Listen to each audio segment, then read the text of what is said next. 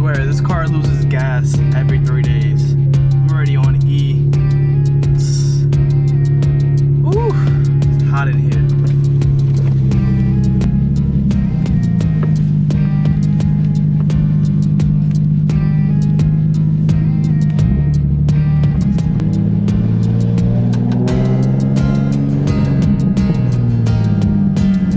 This car pops so much.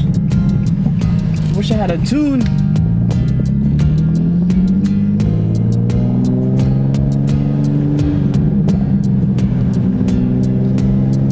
There's a tunnel coming up. You already know what that means. Or an underpass.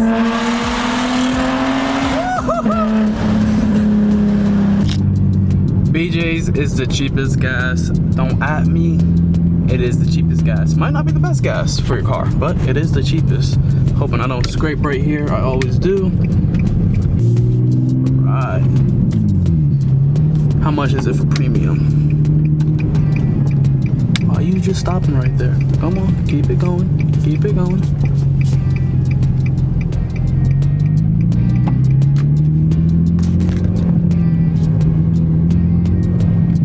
And you stole my spot. Okay, well, that's okay. Oh no, she didn't. Never mind. Gonna stall.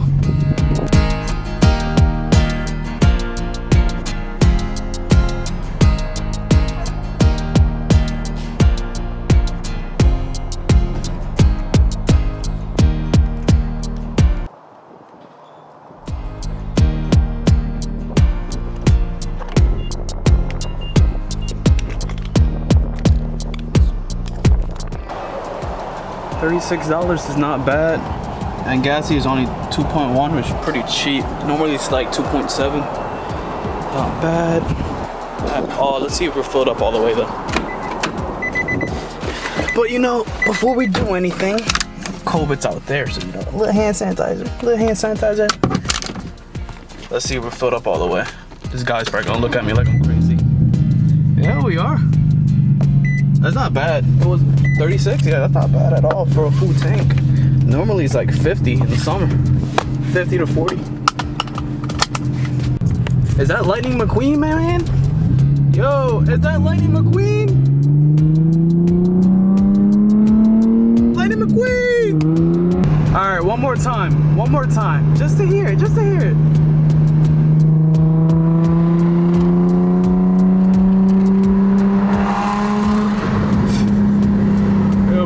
Get so annoyed with me.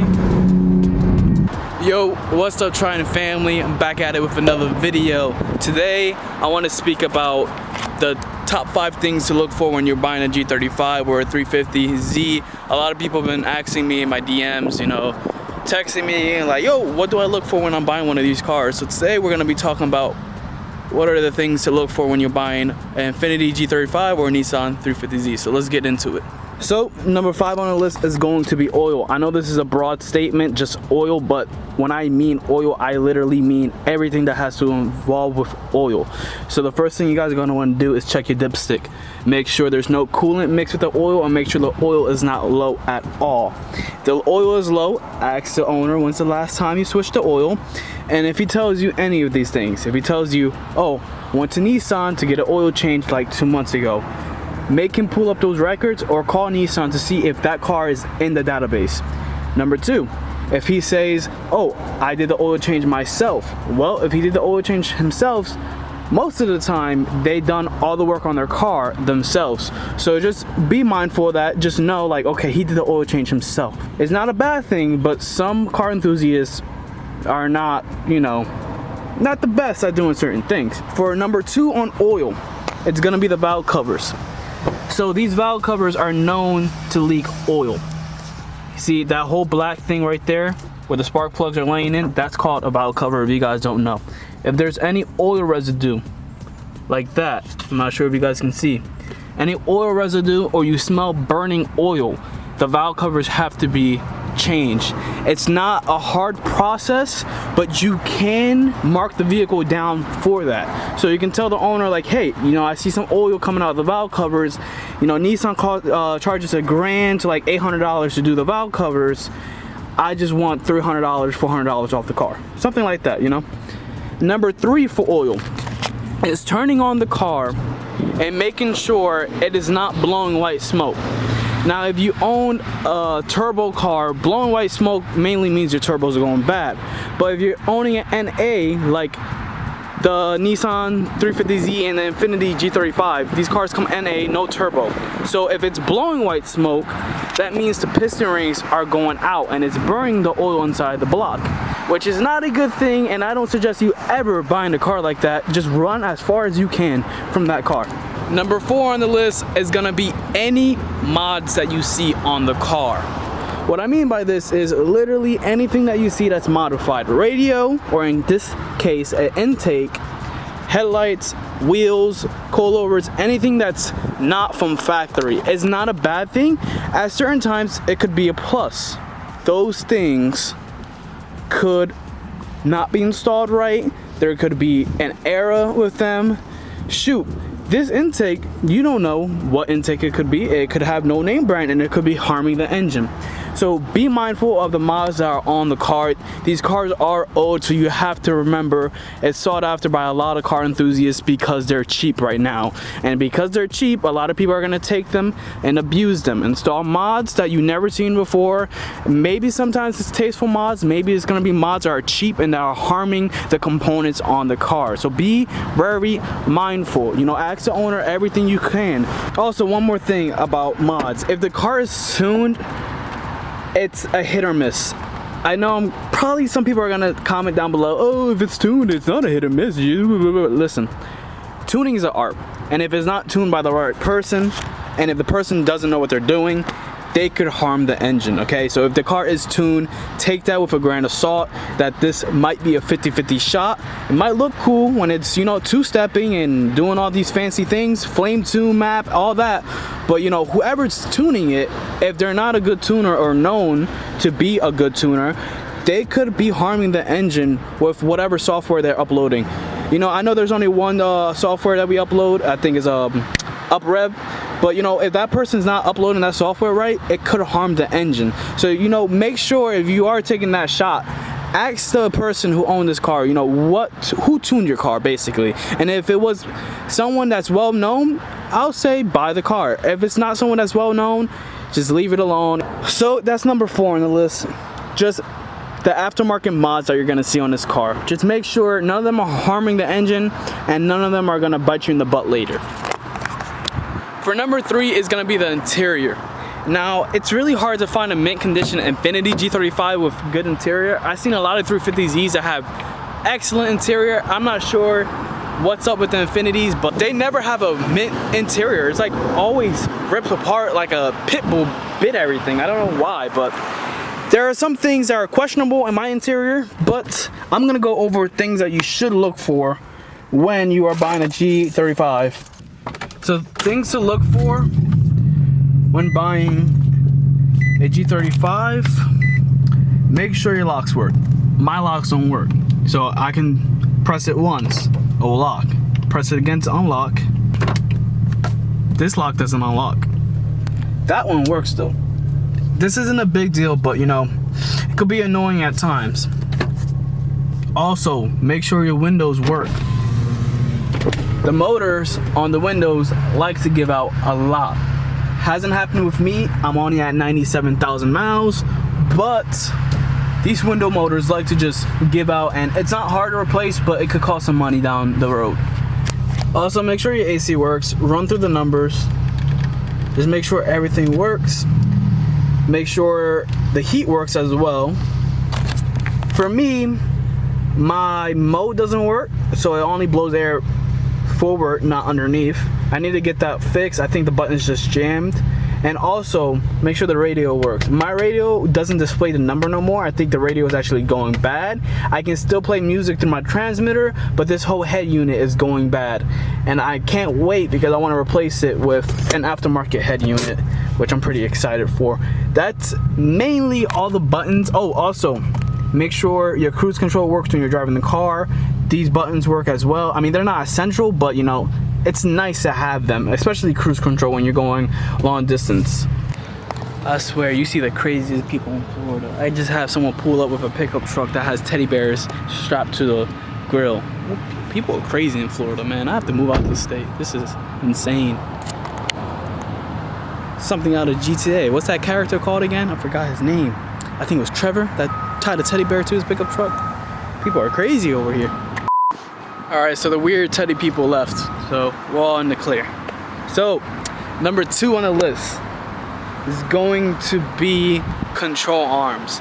Now 350Z and Infiniti G35s, they both have these problems. Now control arms happen over time or with aggressive driving. It's not really, you know, Nissan's fault, but they do go out a lot. And because this car is so old, I think what, 17 years old now, these cars are gonna be bound to have bad control arms. So you might get a little shake or a weird wheel alignment, but it's just the control arms. Don't be alarmed. I had it pretty bad. You guys can check out the last video down below in the description where my car was shaking at 60 miles per hour. I couldn't even go past 60 because it was so shady. And I just thought my wheels were just gonna pop off and I was gonna drag on the road. It's pretty easy to figure out how your control arms are bad. I'm gonna upload a picture right here. If the control arm is leaning towards the frame, they're shot. Like if the bushing's coming out, they're just so bad. You can also deduct some money out of the car that you're purchasing. You just tell them, hey, listen, I can see the control arms are pretty bad, and maybe they'll work a price with you. It's not the end of the world. If the control arms are bad, it's not the end of the world. It's only what, an $80 fix, so don't be alarmed with that. Yeah, so that's gonna be number 2 on the list, is just control arms. It's not anything to be worried about, like I said before. It's simple fix. But number 1 on the list is gonna be the drivetrain, or the whole driving experience in general. Now this is gonna go over a couple things. I'm not gonna try and make it long, but I want you guys to know what you're looking for when you're driving one of these cars. If it starts off like that, it's in good condition. Now, if she doesn't want to start, the starter is probably going bad. That or the spark plugs are going bad. Now, there's 2 things that you can do. If the starter's going bad, I suggest not buying the car unless you have the money to fix the starter. If the spark plugs are going bad, that's an easy fix. Now, once you're here, what you want to do before driving the car is you want to rev it. Make sure the car is not misfiring. If the idle drops like below the idling point, this is supposed to be the idling point. If it drops below that and then comes back up, you have a vacuum leak somewhere. If you have a vacuum leak, that's fine. It's easy to fix if it's not in a bad position. Now make sure all the lights are good. Make sure there's no engine lights and also no oil lights. Oil light is bad. That means the car is running with no oil and the bearings and the piston rings are probably shot by now. Make sure there's no engine light. If there is an engine light, ask the owner why there's an engine light and what is the problem. Another thing you want to check is going through the gears. As you go through the gears, are they notchy or do they feel like butter? If they feel like butter, that's good. If a gear is hard to go into, maybe the car's cold, let it warm up for a few. If it's still hard to go through and the car's warmed up, there's something wrong with this gearbox. It could be not aligned right, or maybe the clutch is going out. So when you're going for a test drive, make sure the clutch isn't slipping. And what I mean by this is drive past a little bit 4 to 3.5 RPMs and shift quickly. If the RPMs aren't caught immediately and it kind of slips, then the clutch is going out. I know it's kind of hard to explain, but it's something that you'll feel when you're driving the car. Also, another thing to look for when the clutch is going out. I heard if you throw it in 3rd gear and try to take off, like you're going off in 1st gear, and if the car does roll and drive, then the clutch is still good. I'm not sure if this is possible. Let me know in the comments down below if it actually works. If you put your car in 3rd gear and if it goes, that means the clutch is good. I'm kind of interested now. Another thing to look for is steering wheel shake. Is it shaking violently? Is it shaking at all? Is the wheel on a line so it's pulling more to the right, pulling more to the left? You know, things like that. It's kind of important to know because maybe the car's been in a car accident and you don't know. Or maybe it's those control arms I was talking about earlier. You need to be aware of those things so you don't buy a car that's abused, beat up, and just not usable for daily usage. And that's all. Oh, one more thing before we end this video is the transmissions.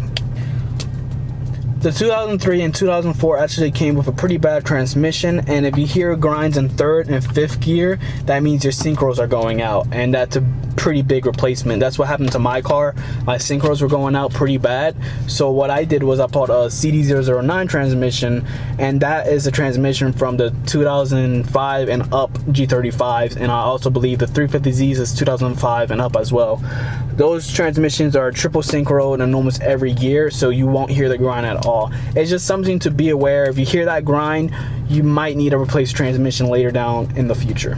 So that's gonna be it for the video, guys. If you have any other tips, leave it down in the comments below. Also, if you're new to the channel, I upload Infiniti G35 videos every week, and that's about it.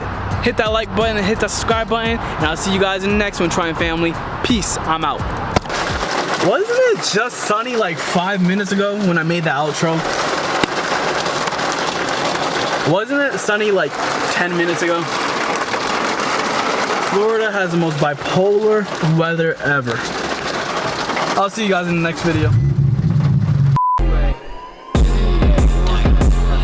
Yeah, 1A, 2A, 3A, 4. That's that shit I might adore. 44, I'm keeping 2 in my back door, making these bitches trip while I'm mopping the floor. I will lure any prey to my front door while I stir. I'm mixing up pressure, it's a cure. Drop on my call.